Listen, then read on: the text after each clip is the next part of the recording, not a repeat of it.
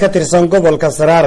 Deegaankani ayaa waxaa ka dilaacay ayax. Telefishanka caalamiga Home Cable TV oo kurgalay sidii uu uga soo ogaan lahaa deegaankaasi ayaanu la kulannay maayirka degmada Waridaad Cabdiqani Sarabaan Gaas oo faahfaahin ka bixiyay xaaladda degmada waxaana hadaladiisii ka mid ahaa sida tan. Markaan ka warbixiyo xaaladda guud ee deegaanka iyo degmada iyo tuulooyinka Saraareed marka hore waa alxamdulillaah rabbil caalamiin waa la nabad qabaa.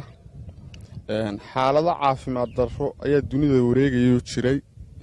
alxamdulillaah rabbil caalamiin waxaanu dareeno ama wax laga shakiyo aanu aragnay ma jiraan.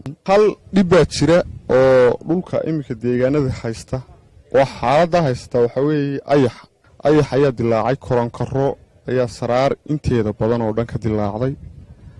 taas wasaaradda beeruhuna ay hore uga warqabtay sahanana ay soo dirtay hase yeeshee aan weli wax laga qabtay aanay jirin oo hawsha lagu howlan yahayna wasiirkana isnaalka waxaan fariin mareynaa inuu arrinkaa uu ka warhayo uu arrintaa soo dedejo sidii wax looga qaban lahaa.